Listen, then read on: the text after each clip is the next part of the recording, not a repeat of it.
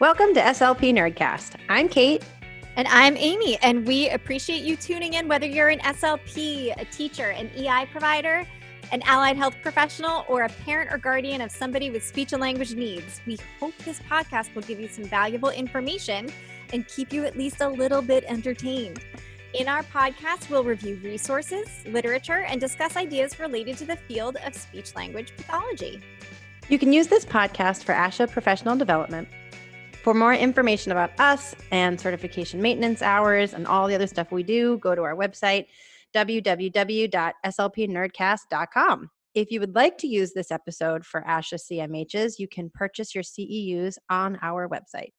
Or I guess technically they're CMHs, not CEUs, but all the same. Yes, hours. Hours. Yes. Yeah. Before we get started in today's episodes, financial and non-financial disclosures, I am the owner and founder of Grand Bois Therapy and Consulting, LLC, and co-founder of SLP Nerdcast. Amy Wonka is an employee of a public school system and co-founder of SLP Nerdcast. We're both members of ASHA SIG 12 and both serve on the AAC advisory group for Massachusetts Advocates for Children. I am a member of the Berkshire Association for Behavior Analysis and Therapy, Mass ABA, the Association for Behavior Analysis International, and the corresponding Speech-Language Pathology and Applied Behavior Analysis Special Interest Group. So what are we talking about today?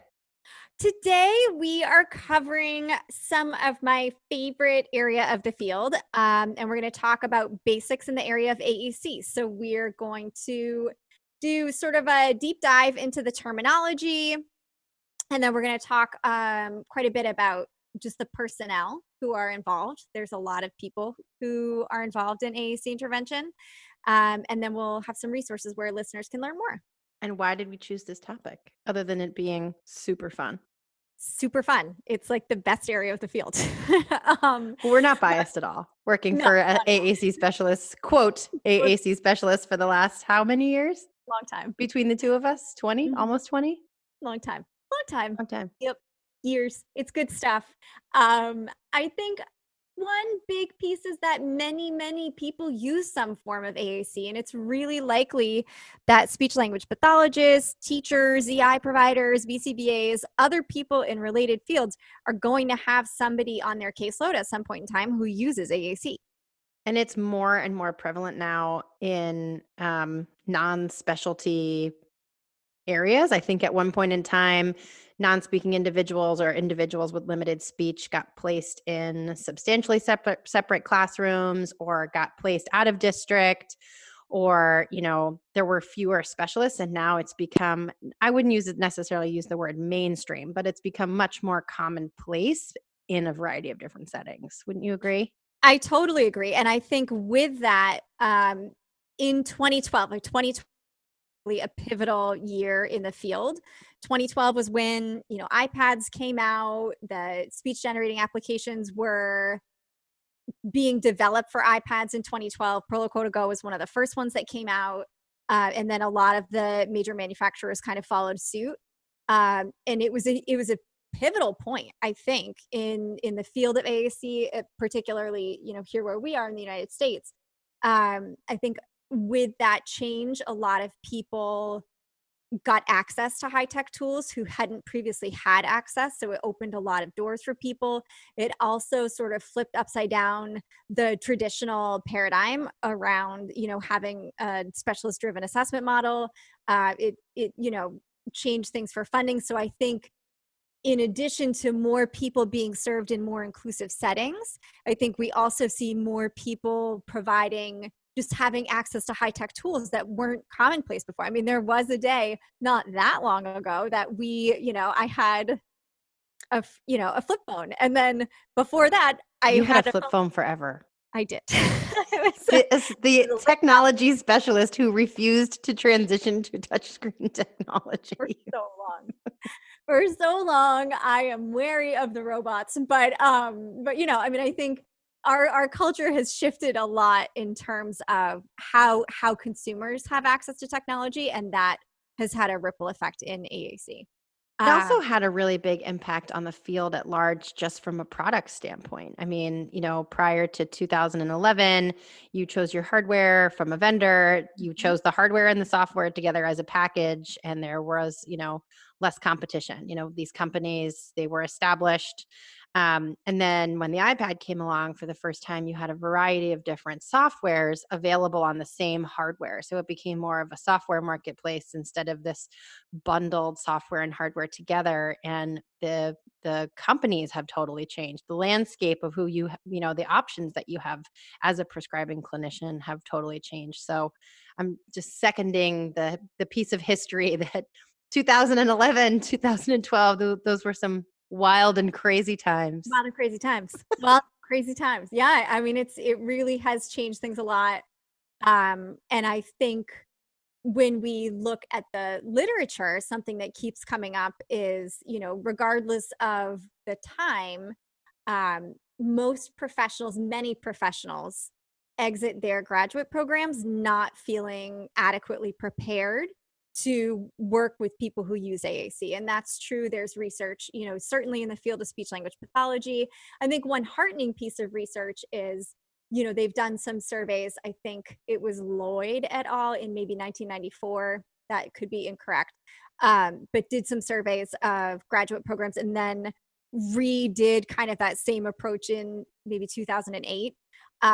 We can get the correct references and dates. We will put the correct reference on the website. But they looked at graduate programs and the number of people who even just offered a course in AAC. It did increase between 94 or whenever in the 90s that first one was, and 2008 or whenever in the 2000s the subsequent one was.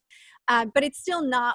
It's not at a point where most folks are reporting like, yes, these students who are coming out are very equipped to provide assessments and intervention. Regardless of where you go to graduate school, if your graduate school offers a course, there are also varying degrees of experiences that you can get.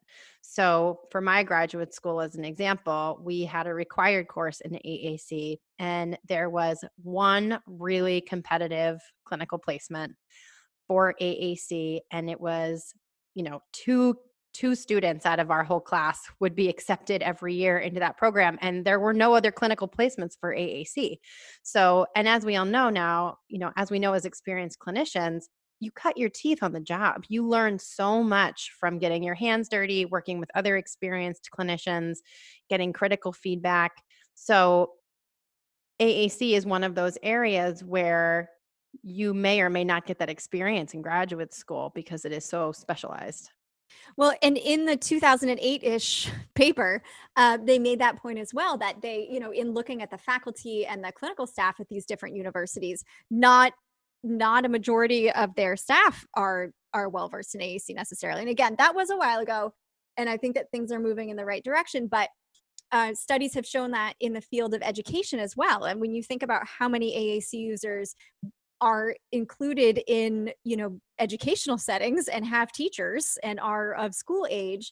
And as we'll talk about much more in this podcast today, there are a lot of people who are not the person who's, conducting the assessment. You guys can't see my air quotes, but who are really important to be part of the assessment process and even more so the implementation process. AAC is something that should be infused throughout somebody's school experience if they're a school-age person, and it's not enough to make that the sole responsibility of the speech language pathologist.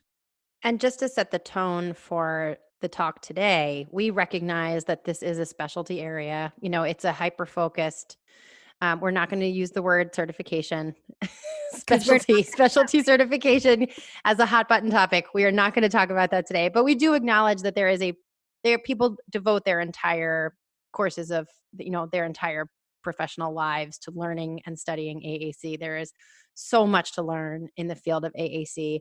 And the purposes of today's episode are to help a clinician who is new to AAC or a new grad understand the lay of the land, to transition into embracing AAC more in your scope of competence.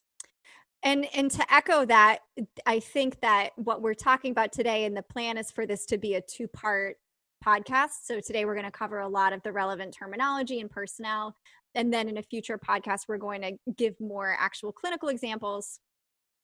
Yes. And just sort of exactly how we approached the behavior management. This is a two-parter. There was just so much we could say. We can't possibly squeeze all of AAC basics into one episode. So this is a two-parter.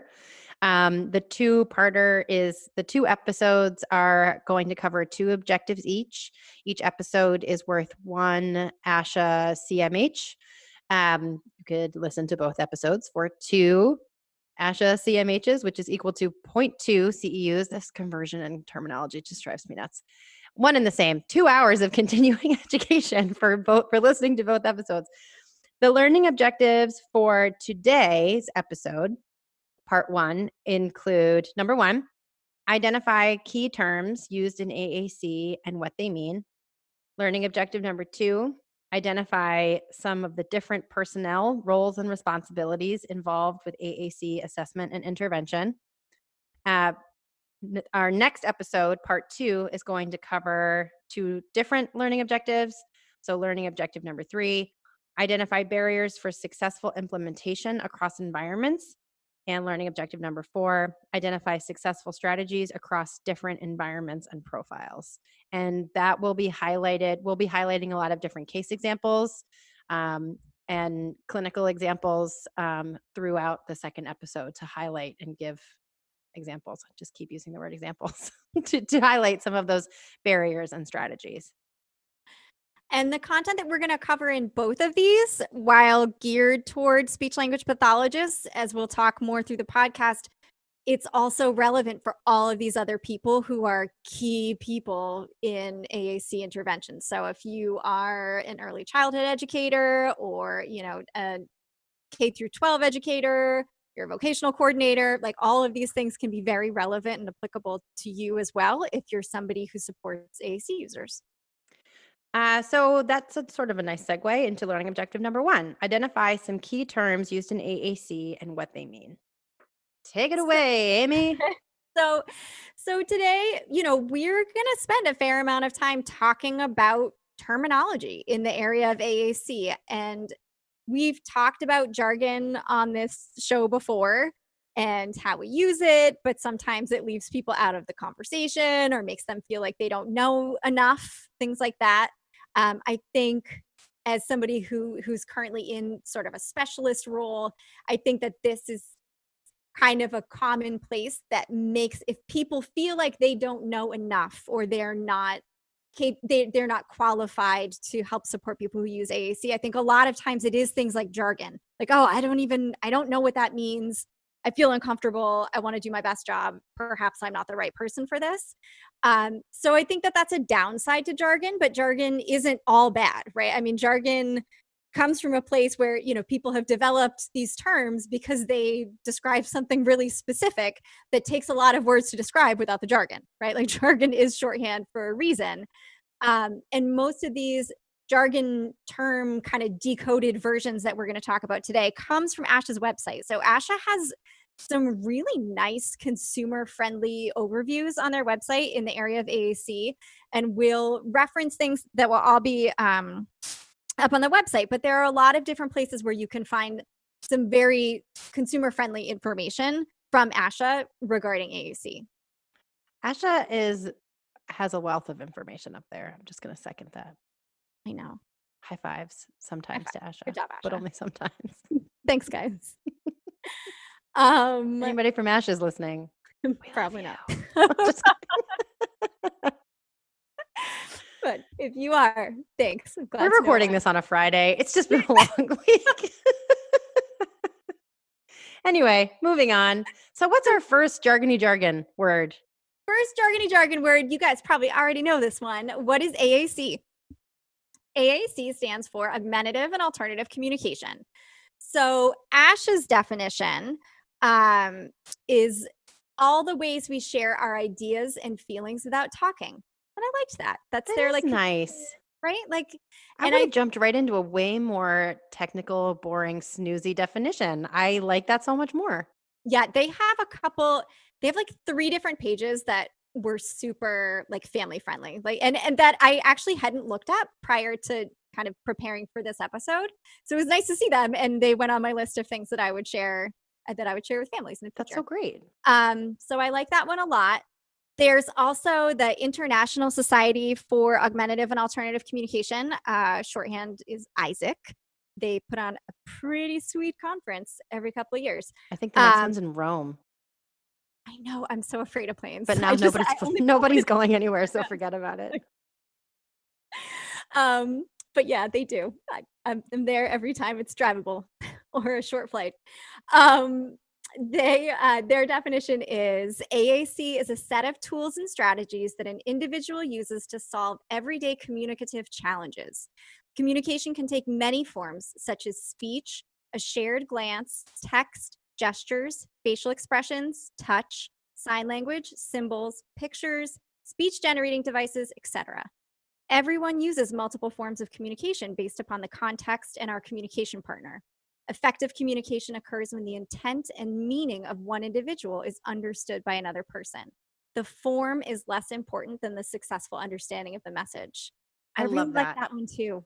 It's so good. That last sentence, the form is less important than the successful understanding of the message. I think, and this is maybe an idea to unpack later on in an episode for a more intermediate learning level, but that gets so lost sometimes. The message is really why we're using AAC. And I think that it's such an important focus. It's so important to not lose sight of that.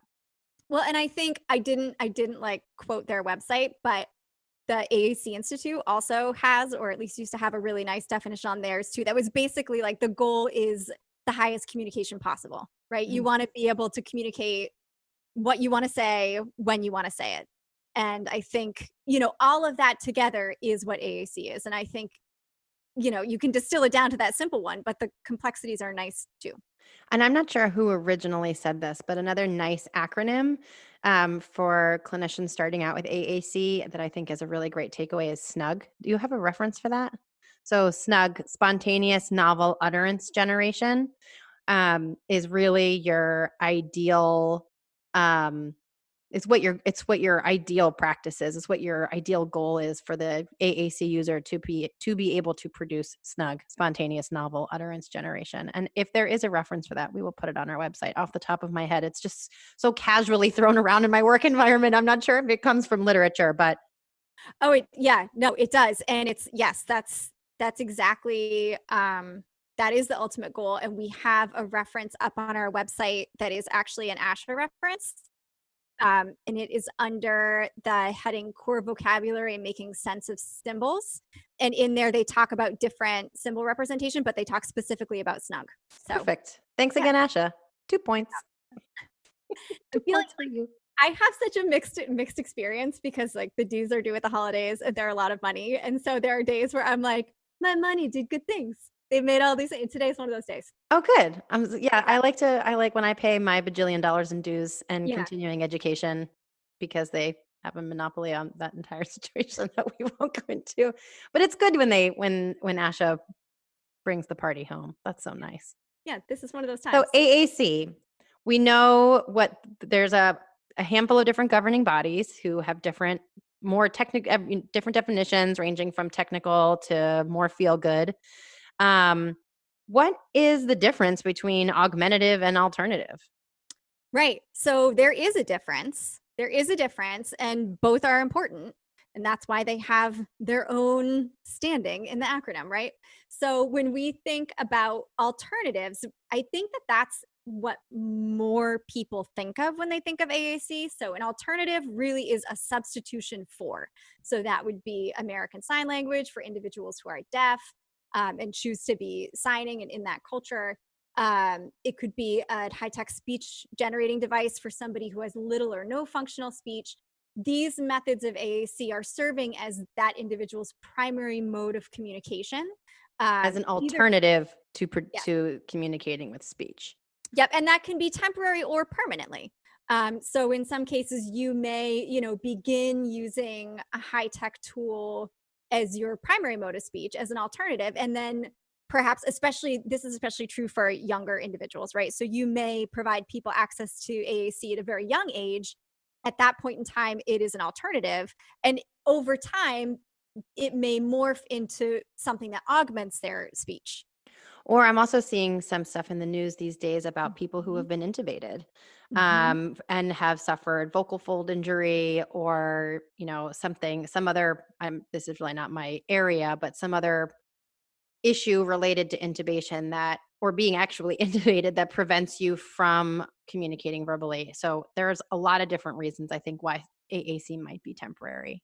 Yes, for sure. And actually, this is also not my practice area either, but I do know that John Costello and the work at a children's hospital in Boston, they do a lot with this. They do a Hmm. lot with temporary AAC and AAC in intensive care settings. So if Hmm. you're looking for more information about that, they're a great place to start.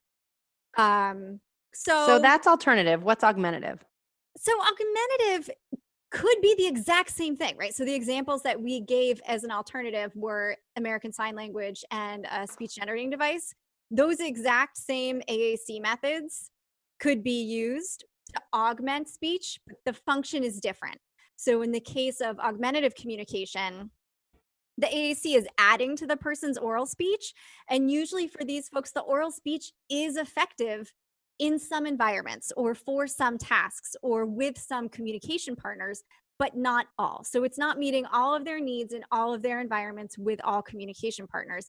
And so the AAC is really serving as a supplementary support at those times when it's needed. Again, to go back to that definition that I didn't quite quote from the AAC Institute, where the goal is the highest communication possible, right? Mhm.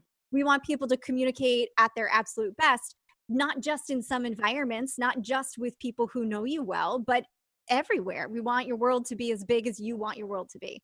And I think that this component of AAC, this augmentative piece, is sometimes the most difficult to explain, or sometimes, depending on your stakeholders, sometimes it's harder to get buy-in because the person has verbal speech to some degree. So there can be a lot of questions around augmentative communication related to, I don't know. Well, he doesn't need the iPad. I understand everything he says at home, or, you know, this is stigmatizing. I don't really want this. Can't we just make their speech better? It opens up a lot more questions, I think, in my personal experience. I 1,000% agree with you. And I think Thanks for that validation. I got nervous there for a second. agreed. I We need think to start holding up green cards. Like, good job. Keep talking. red cards with like shark teeth on them or something if we're really in disagreement about something. I think for anybody who's listening, who's not, AAC is not your comfortable wheelhouse area in the field, or, perhaps you're an educator or somebody who didn't have a whole lot of background in this in school. I think it can be really confusing. And for you guys, what I would say is that it really is a balancing act. And I think when we're making a plan together, because hopefully you're making a plan kind of together as a group, I'm going to frame this in an educational context, but this would be true in any other, context as well with multiple providers. I think you want to think about what your ultimate goals are. I know, sometimes when we see folks with speech that is minimally intelligible but becomes better for familiar listeners over time, particularly for kids who are like younger, right? Like, let's say like you're thinking about elementary school. Some folks who are like perhaps the student's SLP is thinking about, okay, but I know, in eighth grade, they're going to transition to a different school and have all these new communication partners, and they're really going to need to have the skills necessary so that they can be understood in this new place with these new people. So that provider might want the team to focus to some degree on AAC. And that might be confusing for team members who say, this is silly. I can understand all the things that this person is saying to me. So sometimes just having a conversation around what your goals are and understanding that sometimes for people who are using it to augment their speech, it's not the top priority, but we do still need to work on it a little bit because we want the person to have the skills solidly in place so that when they need to use them, they have them there to use them. They're not trying to Yes. scramble and catch up. Yes. And having that conversation can be difficult. And I think if you're just starting out and you're having some uncomfortable feelings about that conversation, you are not alone.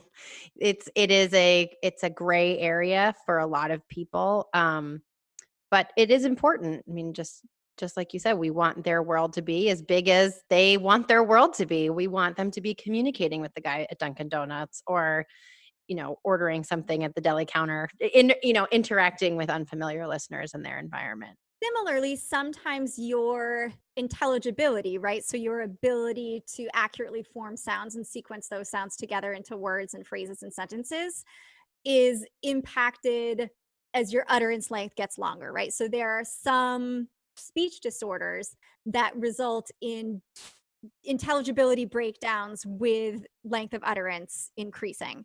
So another time where you might see AAC used is for, again, thinking about a school environment, having somebody be able to show what they know.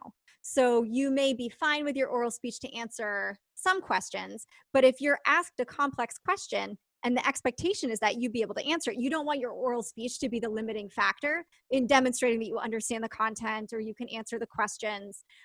So it may also come into play as sort of an educational tool. That could also be true on a work site. When you're doing a job interview, you're meeting with a potential employer, you want to make it clear to that employer and the person who's interviewing you that you are able to answer their questions and follow their directions and you understand what they're saying. Whereas like on the fly, you're fine with your oral speech. So it just gives people more flexibility. And no matter how old you are, making personal connections. I mean, personal connections and relationships are rooted in communication. You never want speech to be a limiting factor in sharing a moment, sharing a thought, sharing a story, making a joke, laughing at, responding to the joke, telling someone that their joke was inappropriate, or telling someone to buzz off. I mean, there are so many components to interpersonal relationships rooted in communication that you never want speech to be a limiting factor there. And in a previous episode, we had talked a little bit about aided versus unaided communication strategies. Do you want to give a quick overview about the difference between those two things? Sure. So I think, just to recap, AAC isn't only a replacement for oral speech. So don't be confused if you see someone who's using an AAC system and you thought perhaps they didn't need it. Um, Aided is what we're talking about. And I think what a lot of people are thinking about when they're thinking about AAC a lot of times. So these are just require an AAC system that's aided requires a tool external to your body. So that could be a device, that could be a piece of paper, anything that you have to bring with you and carry with you, that's aided. Unaided is just your body. So gestures, body language, facial expressions, sign language, these are all unaided, just your body. All you need is your body. You're good to go. And in terms of the aided communication, I know that there is a lot that we had talked. There is so much to say about symbolic communication and how different kinds of symbols play a role in aided communication and the spectrum of symbolic communication. There are some fancy words that go along with discussing which kind of symbol set you use. There are acronyms related to the companies that make the symbols. There are acronym or big fancy words related to the kind of symbol that you use. And, I've been doing nothing but AAC for 10 years, and sometimes I say them backwards. So what can you tell us about the symbol type in aided AAC? So I think a lot of people give a lot of thought to symbol type. And I think where I see it happening often is if the symbols don't make sense to me, the communication partner. I'm more likely as the communication partner to have trouble with the symbol set and perhaps think that maybe this is a bad fit if I don't understand the symbols. So yes, when we think about symbols, I think that where symbols come up often are for communication partners. And often people who have a little less experience with AAC may have a few more challenges around symbols, because if the symbol doesn't make sense to me as a communication partner, I might feel like, how on earth is this symbol going to make sense to the person who I'm trying to support in building their communication skills, right? So when we think about aided symbols, those are the ones that are external to our body. And that can include so many things. That can be objects, partial objects, textures, photographs, line drawings, printed words, written words. I mean, there's a whole number of supports that fall under that aided category. And the feature matching process comes into play a little bit here, because you wouldn't necessarily, and then this is more in the assessment piece, but in thinking in terms of the importance of the symbol in the aided strategy, for example, you wouldn't use text for someone who isn't literate. So, there are a lot of things there are so many things to say about symbols. And I know we're really just talking about the definitions of some of these terms and how they play a role. But there are specific pieces of the symbol that are matched specifically to the AAC user based on a whole host of factors, any sensory related, ocular motor issues, positioning issues, cognitive issues, things like that. What about the word iconicity? That's a big fancy one. Iconicity is very fancy. I think iconicity talks about, so just to back up for a second, a symbol is just something that represents something else. So what it represents, we're going to henceforth refer to that as the referent. So the thing that is represented by the symbol is the referent. So the English language is symbolic. It's language. I mean, just language in general is a sequence of rule-governed symbols. Correct. So, in the English language, this like arbitrary strand of phonemes, like k, at, right? That is arbitrary group of sounds that clustered together. Cat represents this idea of cat. The referent is cat. So cat, you say cat, it gives me this picture in my head. 4 legs, fluffy, descended from tigers. Terrifying. When you die, all these things. And when we think about aided symbols, it's no different. The big difference is that some aided symbols are super abstract, like those phonemes, at, super abstract. That sequence of phonemes has no clues in it to tell you what it refers to. But when we think about aided symbols, sometimes they do have all sorts of clues in it that kind of help you guess what it's referring to, right? So iconicity is the term that kind of refers to how closely that symbol connects with the referent. So iconicity is best thought of as just a continuum. So on one end, you have these symbols that are pretty similar or very similar to the referent. And then, kind of gradually you move across the continuum. And on the other side, you have like oral speech that tells me nothing inherent to that symbol that explains cat to me. We have a link to an awesome presentation, an ASHA presentation from 2007 by Mary Joan McClure and Libby Rush. As I was prepping for this podcast, I kept searching for things and like repeatedly downloading it, because I would get like hits in Google where I was like, oh yeah, that's exactly what I want. And then it would be like, this is the 5th time you downloaded this, weirdo. So it's a great. At least it was reliable. Talking about. Yeah, right. They do a great job talking about all sorts of things connected with thinking about symbols. And they have a whole piece that connects to the point Kate made earlier about all the different considerations when you're picking symbols as part of an assessment. But they check that out. That'll be up on our website. But on one end of this continuum, you have a very transparent symbol. So that would be the term that goes along with, these symbols really look a lot like their referent. As a result, it's pretty easy to guess what they are. So if you had, back to the cat example, a photograph of like that classic cat, right? Like a gray striped tabby cat, maybe he's just like on a white background. That would be a pretty transparent symbol. There's clues in there that tell you what referent it connects to. Sort of in the middle of that continuum are what would be referred to as translucent symbols. So these aren't as easy to guess as transparent symbols. You need like some extra clues, but once you figure it out, it makes sense. For me, these are things, if you have anybody who's using a semantic compaction system, which we'll talk a little bit about later, that's where these fit for me. Like the icons, I don't really understand it, but then I understand, somebody explains to me the story behind it. It makes sense. I understand it. And then on the far other side, Are bliss symbols an example of translucent symbols? I mean, for me, they're not. I feel like I feel like They're they're more more opaque. like opaque symbols, Mhm. because opaque symbols are things like written text, right? And bliss symbols are hieroglyphic-y. So I think for me, yeah, it's more like a written, I don't really know, but for me, that's where I would place them. And I think that the McClure and Rush presentation also makes the point that, this continuum of transparency is not a hard and fast rule.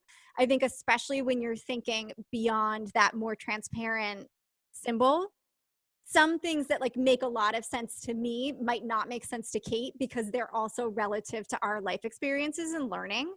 And so, something that I think board maker symbols are a good example. Like, to me, the symbol for want, which is like the little dude's hands, like moving toward a red box, that has become a translucent symbol because I know what it means. But I think if I were to show that to my husband, he would probably, Or the that would green arrow for go. I always thought that was another good example of that because, oh yeah, go. There's an arrow. It's implying motion. It's implying movement. But if I showed it to a lay person, they'd be like, "What?" Okay, so excellent segue into the next point, which is you also could hear people talking about concrete compared to abstract symbols.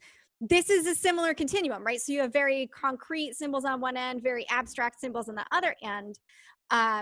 It's not a hierarchy. So that's something that I think confuses a lot of people. And I would like to say that the literature and the McClure and Rush presentation talks about this a bit as well. It's not like you don't have to like move through concrete transparent before you've mastered it. You're able to move on to abstract or translucent symbols. That's not how it is. It's really, when you're making decisions about symbols, it should be informed by the actual client data. So their preferences, what works best for them.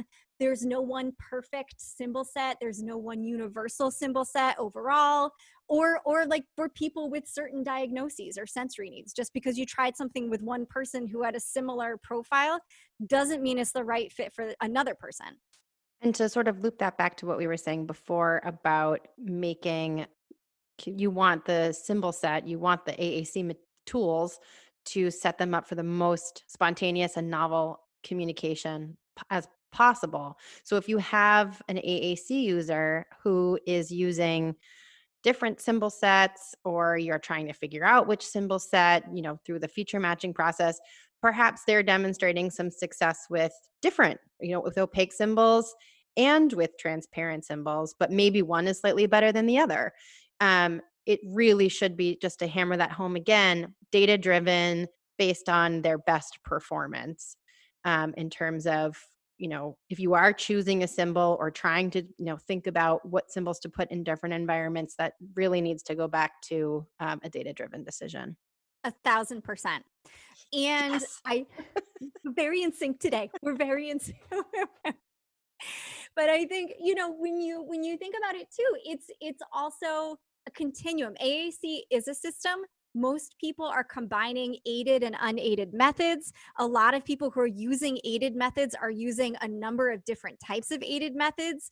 You very easily could be using some opaque, abstract symbols and also have some really concrete. You might be also working on making a choice of two objects when you're feeling stressed out, or you're in a very noisy environment, or so. It's also not like people aren't stuck into one type of symbol.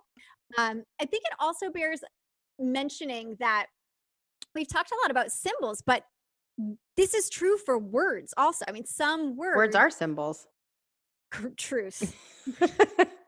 Preach. Words are symbols. Very Words are true. symbols. So Words are symbols, and words are both concrete and abstract. So, in the earlier example of cat, that's a specific noun. It's a much more concrete concept. It's a better picture producer. Um, how about that?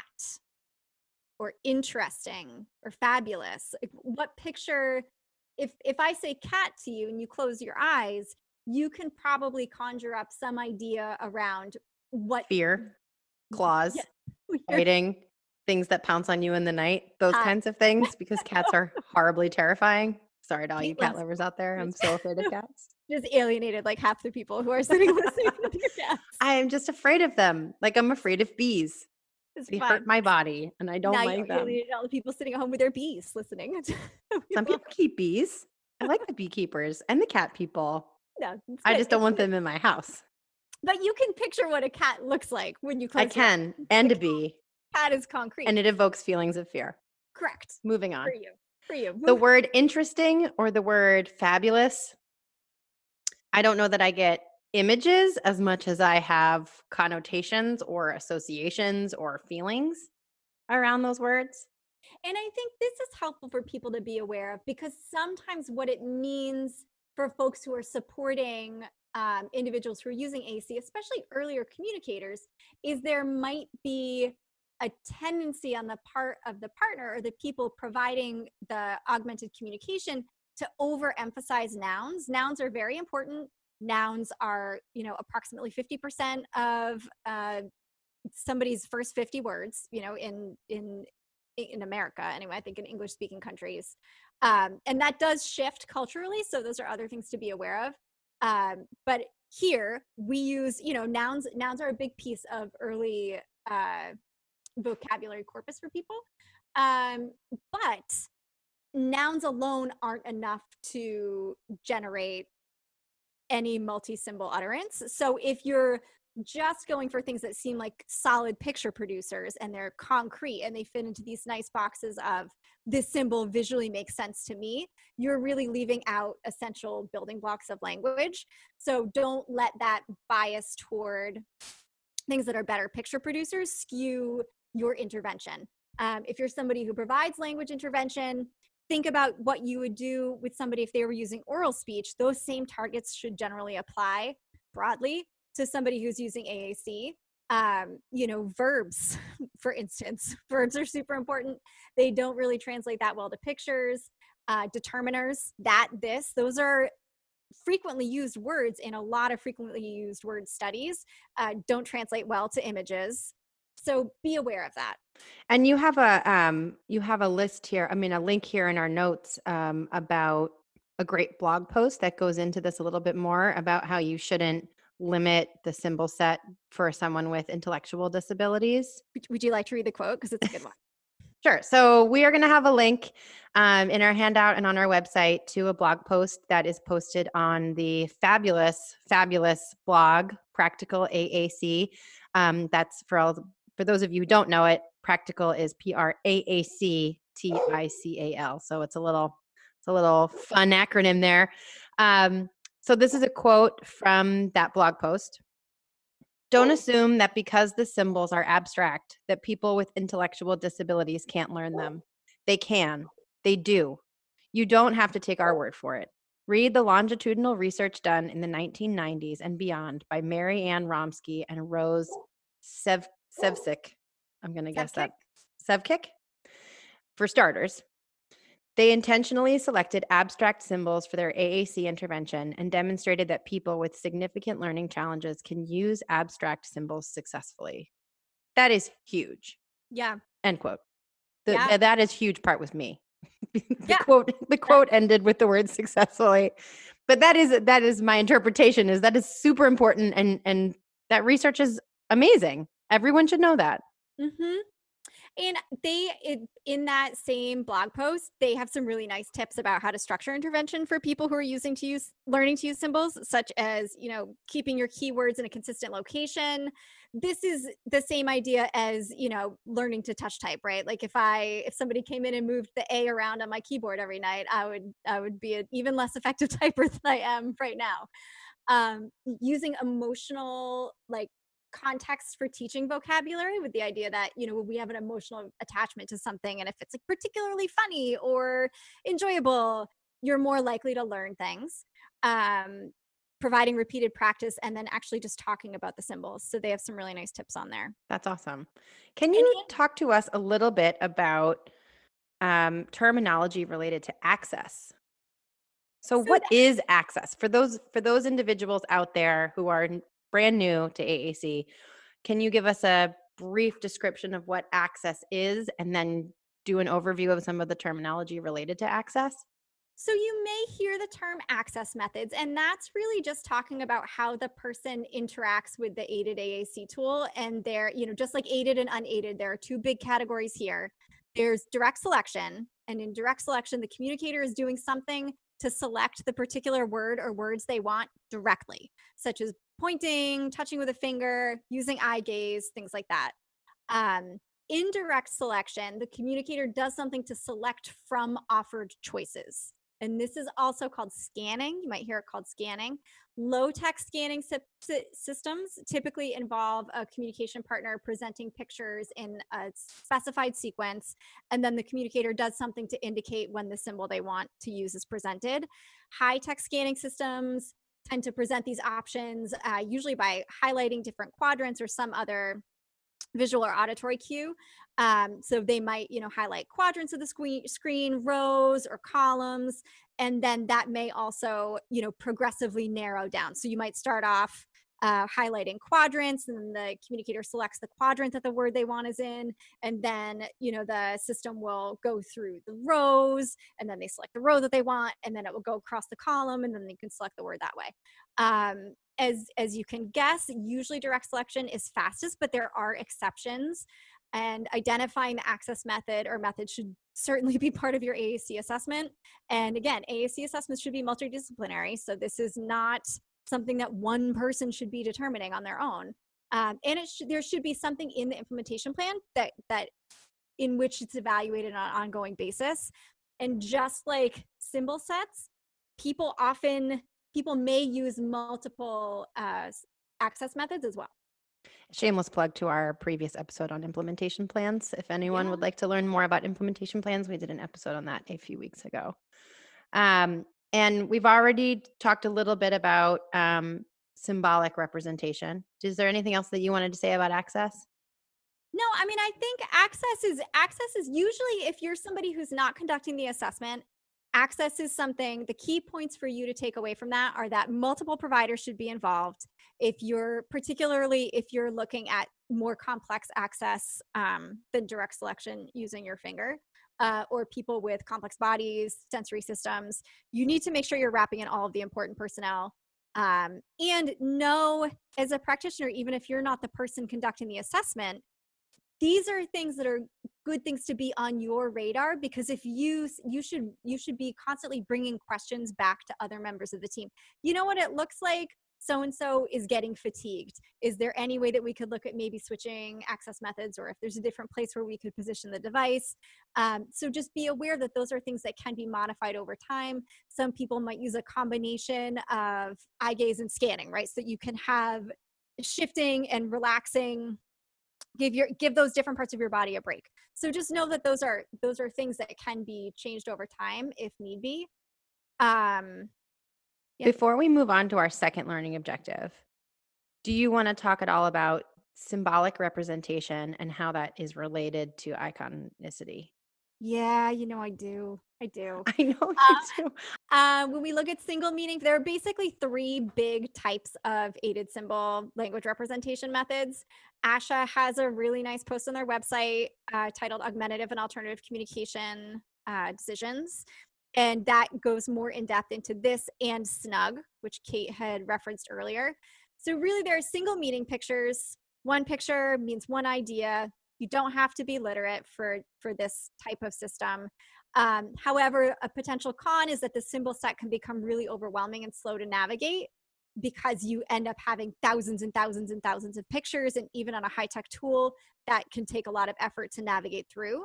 Alphabet-based systems, that would be spelling plus word prediction, whole word text-only systems. Literacy is obviously required, and literacy may be a limiting factor. So you may have early emergent literacy skills and be able to do some things via an alphabet-based system, but it might limit your access in other ways. And then multi-meaning pictures, which are also called semantic compaction. Literacy, again, is not required. The meaning is derived from combinations of specific pictures, and the symbol set remains smaller, and the navigation might be faster. That sounds great. I think similar to iconicity and transparency and opacity and concrete versus abstract, but a potential barrier here is with the multi-meaning pictures, which I sometimes get feedback from communication partners that they don't really make sense because they're not super transparent.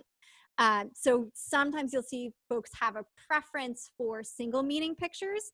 And I think that that's a good thing to be aware of as somebody who's interacting with the AAC user, that one of the reasons your individual might not have all single meaning pictures is for efficacy and speed of communication. And by combining multiple methods, they may be able to combine to have much more robust and complex utterances than they would with single meaning only. I think that's so true. I just as like a personal anecdote, I use multi-meaning pictures and semantic compaction systems in my practice all the time. When I first was starting out and I went to a conference and I was in the vendor hall and I saw one, these words came out of my mouth. That is so stupid. Makes no sense. I will never use it. I pass judgment and I put it on the shelf in my mind. And only years later did I revisit it and realize that so much of it is absolute genius. And now it's a tool that I regularly use and recommend. But that is a huge drawback. And it's a reaction that it's not just communication partners that have this reaction. It's other professionals also that have this reaction. We were texting yesterday just about this exact situation. So I think that's something to keep in mind. It's a real drawback to using multi-meaning pictures, but multi-meaning pictures are awesome, and don't let that stop you. If you feel like there is room to educate or get buy-in from someone who is not on board with using them, it's something that you could consider working on. Well, and I think if you're the person who feels like, I don't like this because it feels confusing, and if it's confusing for me, I'm sure it's confusing for the person with complex communication needs. Like, if that's your response, also maybe frame it in along that continuum of, you know what, these are really just translucent symbols that don't make sense to me right now, but will make sense to me, just like at um, wouldn't make sense to somebody who doesn't speak English. If you told me what the word cat was in Japanese, I would look at you with a blank face. You could have said the word salami. I don't know. Those are not symbols that make any sense to me. I do not have that learning history. Correct. But it's actually a robust language system, similar Right. to semantic compaction in the sense that it is something that can be learned. So also be aware that if you're feeling those feelings, that's okay and that's understandable, and that's a great time to reach out for support from other people on the team. I will say too, all of the major vendors who produce AAC systems, AAC software, have a pretty robust amount of supports available online. And so if you have somebody who's on your caseload who uses a certain, communication device or communication app, just start off by trying to Google it. Just Google it, see if you can get to the website of the person who created it, and see what resources they have available there for free, because they also want the people who are using their products to be successful. So there's a lot of information out there that you can just access on your own. So I definitely recommend that people do that. That said, we should probably move along to our second That's learning. awesome. Well, I think there's a lot of resources out there, so that's great. Okay, so learning objective number 2, identify some of the different personnel roles and responsibilities involved with AAC assessment and intervention. So we're going to talk really in this next section. It's going to connect with this article up on our website from 2012 by Binger et al. And what they did is they looked at a framework for defining roles in the AAC assessment process. We're not looking at their article to help guide us in assessment for the purpose of this podcast. But what I think is great about that article is that they make the point that in order to conduct a successful AAC assessment, you have to have collaboration between multiple people. One person really can't do it in a vacuum, and that's also true for intervention. You shouldn't do it in a vacuum. If experiencing a situation where someone did an AAC evaluation in a vacuum and did not consider the environment, stakeholders, communication partners, That's not ideal. It should always be some, right? Yes, I'm not looking for ideal. a lot of validation today, Amy. So we're talking about assessment because assessment is what drives your AAC tool and strategy, selection, hopefully.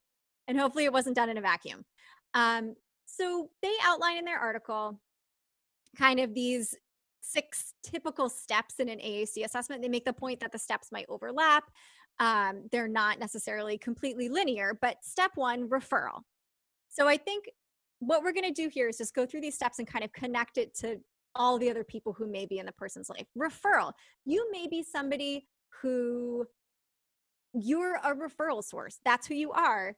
Your job is just not to know what the person should use, not to know how they should use it, not to know how to train people how to use it, but just to know, what, this person maybe could benefit from AAC, right? So just that awareness, making the referral.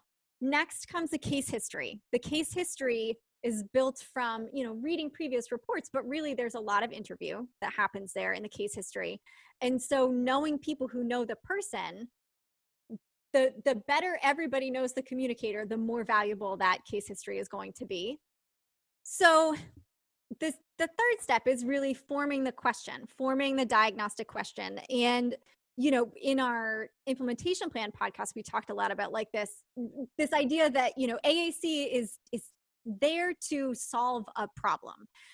So what are the goals? Like, what do we hope that the AAC system is going to do for the person? How do we think it's going to benefit them? What things can we automatically rule out because it's just not a good fit? So kind of refining that diagnostic question. Step 4 is the evaluation procedures. So, that is actually trying some things, understanding what your testing procedures are going to look like, trying a variety of tools. Step 5, identifying and recommending your AAC interventions, strategies, techniques, devices. Step 6, secure the funding. Step 7, repeat steps 2 through 6 as you need to. And I think at this point can't be stated enough. AAC is an ongoing, should be a circle. AAC service, you should conceptualize it like a circle. Just because a kid had an eval 3 years ago doesn't mean that same thing that was the best fit 3 years ago is the best fit today. And just to sort of do a shameless plug for this article, I love this article. I think that it does a really nice job of describing not only the roles, but how your institution should view AAC. I have had a lot of success talking with administrators referencing this article. If you are in a school or a clinic and you have a handful of AAC users, but there isn't any in-house AAC specialist or in-house AAC policy and procedure, and you are feeling like you would like to develop one, or you would like to, start that conversation about how your institution can use AAC, I think that this article is a really great place to start in terms of defining roles and also showing administrators a piece of literature that says there is a lot to learn about AAC. Just because it's in my scope of practice doesn't mean that I'm the only person who is qualified or should be involved in implementing AAC in this setting. Yeah. And like, you shouldn't be, I think when I think about this article, it's page 280. On page 280, there's a table 1. I love this And table. yeah, it's so good. I think that for the remainder of our time, we're just going to talk through some of I think the first 4, they outline a number of different personnel roles and kind of where those people come into play in the evaluation process and what their responsibility is. And some of those, like Kate mentioned, are more administrative. So, we're talking about people at the more administrative level. I think most of the people who are listening to this podcast are in the first 5 kind of buckets that they separate out in this table. And we're going to talk about those a little bit. The first one we already mentioned, which was the AAC finder. So the person who's serving in the finder role is really involved in those first stages, right? In the referral and in the case history. This person's job really is to identify people who could benefit from AAC and make that referral. That seems like a small thing, but it's a huge thing because you need to know enough to know that somebody could benefit from this and make that referral so a team can come out and take a look and see if it could help them. I think the folks who are more likely to be missed in the referral process are those folks who could potentially benefit from AAC to augment their oral speech. I think we tend to see more immediate referrals for people who are candidates for using AAC as an alternative to speech. So as you're out there, kind of have your finder hat on all the time and ask yourself, I wonder, if you're working with this person, you feel like if you use visual supports, it's super duper helpful. Maybe when they're upset, if you have a visual, they're better able to tell you what they need. Those are people who could be appropriate referrals for an assessment to see if they could benefit from some augmentation, right? So AAC finder. The next role is the general practice SLP. So the general practice SLP, in some places, general practice SLP is also the person doing the AAC assessment, and they're both. But in their example, the general practice SLP is involved in a lot of the steps. They're involved in the referral. They're involved in the case history. They're helping frame the diagnostic questions. They're helping with the evaluation. They're identifying and recommending the options. They might even help with the funding. This person is serving kind of for case management.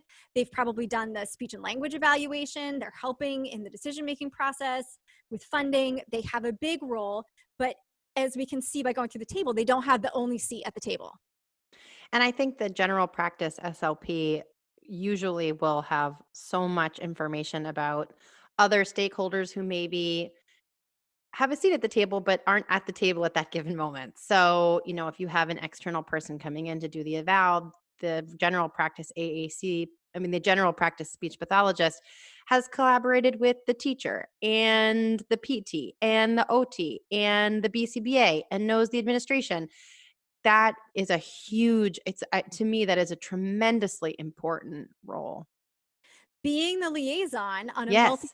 multidisciplinary team is so vital. It's so Liaison. vital. That's such a great word.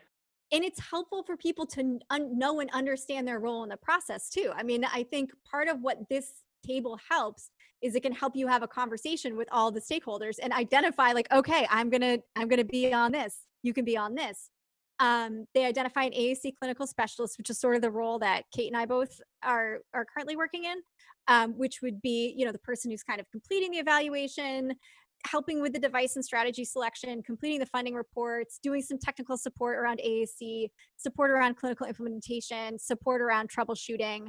But this person, is not the only person. This person is just one of many people. And so moving along, there's also the AAC facilitator / communication partner. This person is involved again in the referral. They might be making the referral. They're an important part of the case history. They're an important part of framing the diagnostic question and the evaluation. And this person is, in my mind, when I'm reading it, it's a parent, it's a guardian. It might be, the paraprofessional at school if the person has a paraprofessional assigned to them. But these are people who are super important. Their input is really, really important.